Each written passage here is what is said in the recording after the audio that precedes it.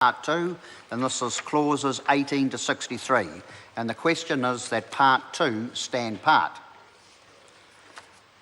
The question then is, I call Ian Lees-Galloway. Thank you very much, Mr. Chairman. It's a privilege to be able to speak on Part 2 of the Organised Crime and Anti-Corruption Legislation Bill. This deals with amendments to other enactments. So whereas Part 1 was dealing with amendments to the Crimes Act, Part 2 deals with amendments to a variety of other pieces of legislation. Subpart 1 deals with amendments to Anti-Money Laundering and Countering of Financing of Terrorism Act 2009. Now, so that the Principal Act came into force in 2009. This is in response to some pressure that New Zealand was being put under to sort of join the international coalition of the willing, if you will,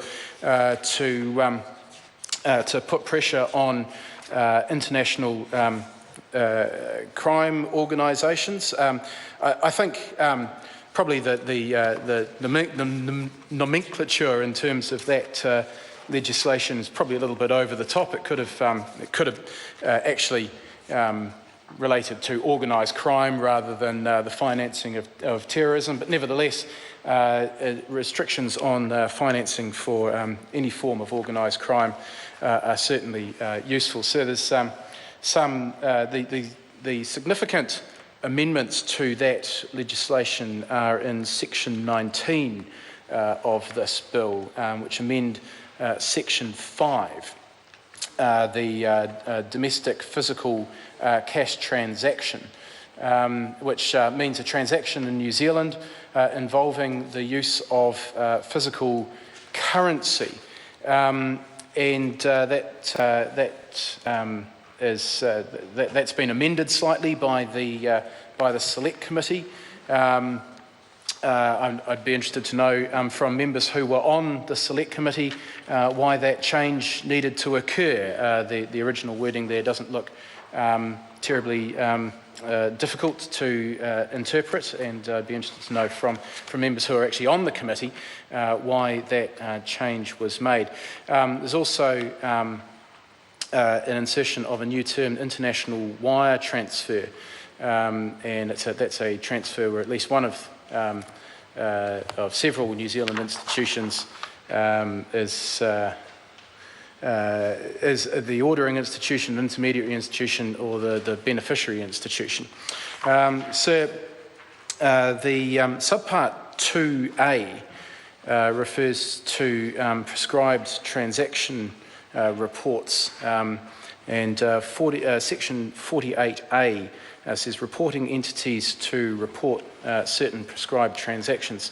And it reads, despite any other enactment or rule of law, but subject to any regulations made under Section 154, if a person conducts a prescribed transaction through a reporting entity must, as soon as practical, not later than 10 working days after the transaction, report the transaction to the Commissioner in accordance with Section 48B.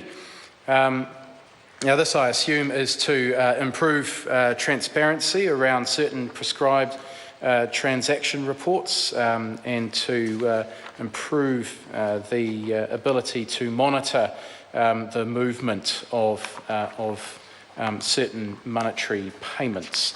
Mr. Chairman, the subpart 3 is an amendment to the Criminal Investigations Bodily Samples Act 1995, and it inserts Section 27(1)(d) for the purpose of responding to a request under the Mutual Assistance in Criminal Matters Act 1992 if access to the information requested is authorised by the Attorney-General and the request relates to an offence that corresponds to an offence in New Zealand that is punishable by a term of imprisonment of more than 1 year. So this has to do with information that goes into the DNA profile data bank. So these are a number of, I guess, what are technical amendments, but they are designed to improve the functionality of various pieces of legislation that relate to greater transparency around the movement of... Mr. Chair. I call Reno Tiraka